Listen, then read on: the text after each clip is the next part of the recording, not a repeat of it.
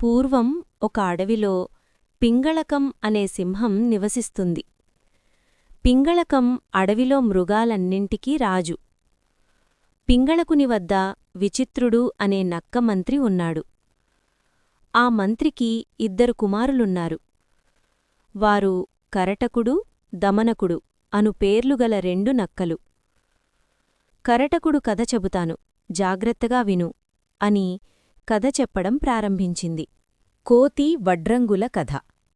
ఒక ఊళ్ళో ఒక పెద్ద మర్రిచెట్టుంది.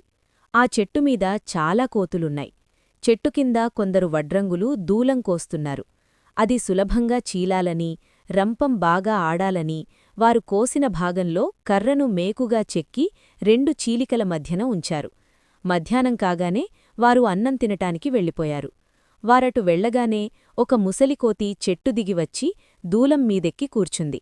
దూలం చీలికలో ఒక కాలు బయటకొక కాలు పెట్టి మేకును బలంగా లాగింది.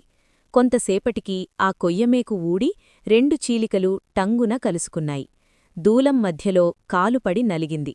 అది లబలబ మొత్తుకుంటూ కొంతసేపటికి ప్రాణాలు విడిచింది. కాబట్టి అనవసరమైన పనులకు పోరాదు, మన దారిన మనం వెళదాంరా అని అన్నది.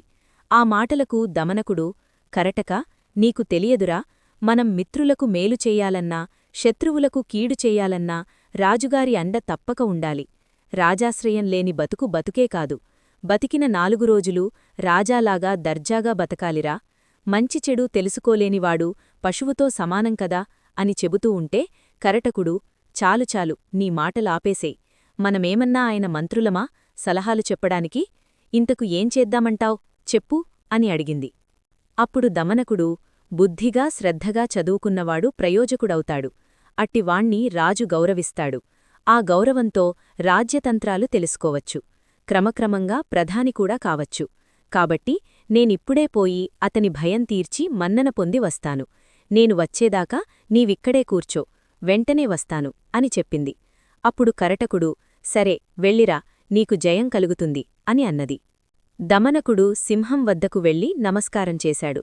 పింగళకుడు, దమనకా, క్షేమంగా ఉన్నావా? ఏం పనిమీద వచ్చావు అని అడిగింది. అప్పుడు దమనకుడు, ప్రభూ, తమ దయవల్ల నేను క్షేమంగానే ఉన్నాను. అలా వెళుతూ తమరేదో భయభ్రాంతులుగా ఉండి విచారిస్తూ ఉంటే కనుక్కుని వెళదామని వచ్చాను.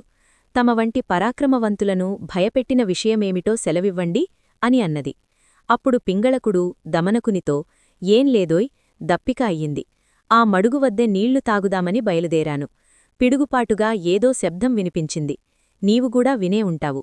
ఇంతకు ముందే అడవంతా దద్దరిల్లేలా, జంతువుల గుండెలు పగిలే విధంగా ఒక అరుపు వినిపించింది. దానిగురించే ఆలోచిస్తున్నాను అని అన్నాడు. అదా సంగతి, ప్రభూ, నేనిప్పుడే వెళ్ళి ఆ శబ్దం చేసిందెవరో చూచివచ్చి తమకు విన్నవిస్తాను. పిట్ట కొంచెం కూతఘనం అంటారుగదా, చిన్న జంతువుకైనా పెద్ద నోరుండవచ్చు.